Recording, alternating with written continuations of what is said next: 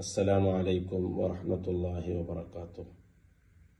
ഗർഭിണിയായ സ്ത്രീകളും അതുപോലെ തന്നെ മുലയൂട്ടുന്ന സ്ത്രീയും അതുപോലെ തന്നെയാണ് പ്രായാധിക്യം കൊണ്ട് നോമ്പെടുക്കാൻ കഴിയാത്ത ആളുകൾ, അതുപോലെ തന്നെ നിത്യരോഗികൾ, ഇവർക്ക് നോമ്പെടുക്കേണ്ടതുണ്ടോ, അതല്ല മുദ്ദ് കൊടുത്താൽ മതിയോ?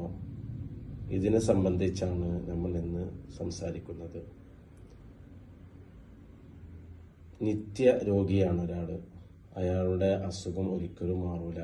അങ്ങനെ ഡോക്ടർമാർ വിധി എഴുതിയ ഒരാൾ, അവർക്ക് നോമ്പെടുക്കാനും സാധിക്കൂല. ഇങ്ങനെയുള്ള ആളുകൾക്ക് നോമ്പെടുക്കേണ്ടതുണ്ടോ, അതല്ല മുദ്ദ് കൊടുത്താൽ മതിയോ?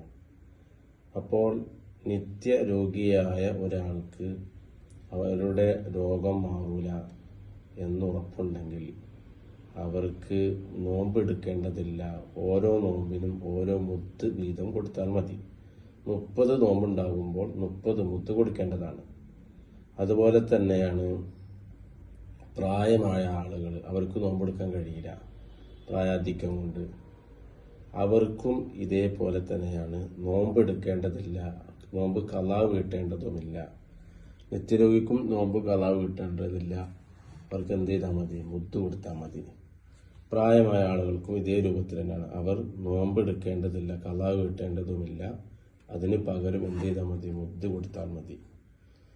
അതുപോലെ തന്നെയാണ് വേറൊരു സംശയമാണ്, ഗർഭിണിയായ ഒരു സ്ത്രീ, റമദാൻ മാസം വന്ന് അവൾ ഗർഭിണിയാണ്, അവൾക്ക് നോമ്പെടുത്തു കഴിഞ്ഞാൽ എൻ്റെ കുട്ടിക്ക് എന്തെങ്കിലും സംഭവിക്കുമോ എന്നുള്ള പേടിയാണെങ്കിൽ അവൾ പിന്നീട് നോമ്പ് ഖളാ വീട്ടുകയും ഓരോ നോമ്പിനും നഷ്ടപ്പെടുത്തിയ നോമ്പ് എത്രയാണോ അത് ഓരോ നോമ്പിനും ഓരോ മുദ്ദ് വീതം കൊടുക്കണം.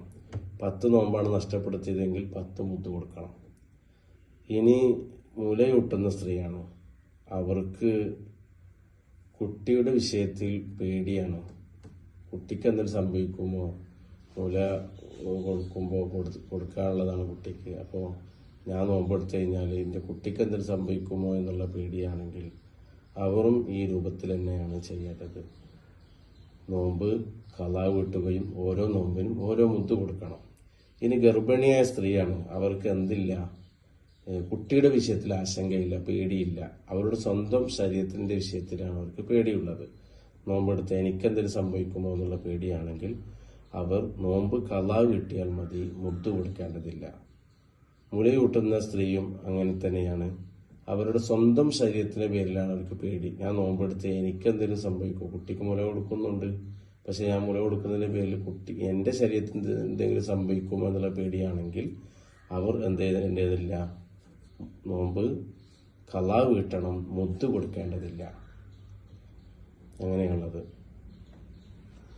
അതുപോലെ തന്നെയാണ് നോമ്പ് നഷ്ടപ്പെടുത്തി, അങ്ങനെ അടുത്ത റമദാൻ വന്നു, ഇതിനിടയ്ക്ക് അവർ നോമ്പ് ഖളാ വീട്ടും ചെയ്തില്ല. ഇങ്ങനെയാണെങ്കിൽ അവരെന്ത് ചെയ്യണം? 2 മുദ്ദ് കൊടുക്കണം. നോമ്പ് ഖളാ വീട്ടുകയും വേണം, ഒന്ന് നോമ്പ് നഷ്ടപ്പെടുത്തിയതിനും മറ്റൊന്ന് ഇതുവരെ പിന്തിച്ചത്, അങ്ങനെ 2 മുദ്ദ് എന്ത് ചെയ്യണം? കൊടുക്കണം.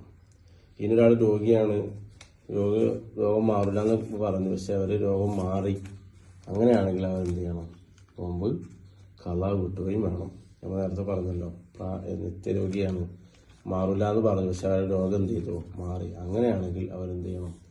നോമ്പ് ഖളാ വീട്ടുകയും വേണം.